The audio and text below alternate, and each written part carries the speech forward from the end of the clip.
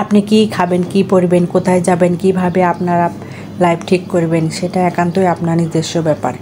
অন্তত নিজের জীবনে কাউকে নাক গলাতে দিবেন না। আসসালামু আলাইকুম, সবাই কেমন আছেন? আলহামদুলিল্লাহ ভালো আছি। সকালবেলা স্কুলে গিয়েছিলাম মেয়েকে দিতে, তো অনেক দিন হলো আমি যাই না, তো আমি ভাবলাম আমি আজকে যাই, যেহেতু মেয়ের হচ্ছে এমটি পরীক্ষা মানে মাসিক পরীক্ষা চলতেছে।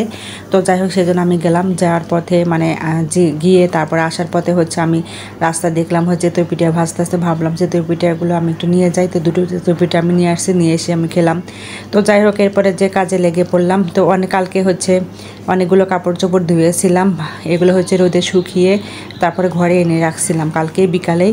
তো এই যে কালকে বিকালে হচ্ছে কাপড়গুলো যে মানে শুকিয়ে গেছে নিয়ে রাখছি, এরপর আমি আর কোনো মানে গোছাই নাই, ভাঁজও করি নাই। তো যাই হোক আজকে এই যে এখন আমি সকালবেলা স্কুল থেকে এসে খাওয়া দাওয়া করে নিয়ে তারপরে যে গোছাতে লেগে গেলাম। এদিকে হচ্ছে মেয়ের যে স্কুলের হচ্ছে ব্যাগগুলো ছিল না, তো ওর বাবাকে বলেছিলাম জানতে, তো এবার আনছে যে এই ব্যাগটা। এখন মেয়ে আর কিছুতেই আমার মেয়ে এগুলো জিনিস না রাখে না, নষ্ট করে ফেলে তাড়াতাড়ি, কেমন জানি। মেয়ে মানুষ হলে তারপরে একটা লক্ষ্মীর মতন আসে না যে সুন্দর করে গুছিয়ে রাখে, তা না, মানে কেমন জানি মানে অগোছালো করে রাখে আর নষ্ট করে ফেলে।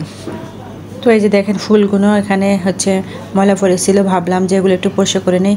আর এখন বৃষ্টি বাদল হচ্ছে না, তো মানে ধুলো বালু সব ওড়াড়ি করে ঘরে মানে আসে ফ্যানের বাতাসে, তো এগুলো একটু পরিষ্কার করে নিলাম।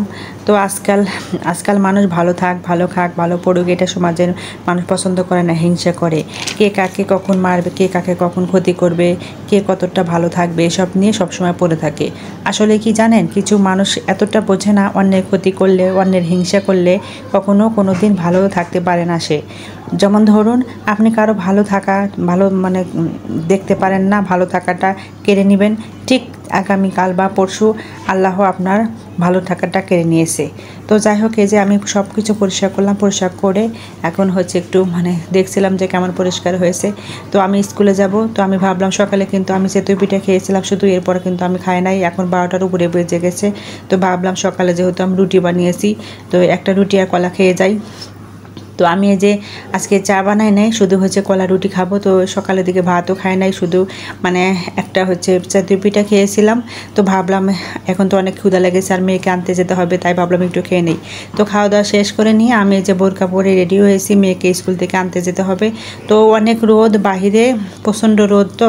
তো এইদিকে আমি ছাতা যে নিয়ে যাব, আর এদিকে আমাদের বাসা থেকে বাজার, তো বাজারে পাশ দিয়ে যেতে হয়, আর মানুষজন অনেক মানুষজন, তো হচ্ছে যাওয়া যায় না, তো ছাতা নিয়ে দেখার সমস্যা হয়ে যায়।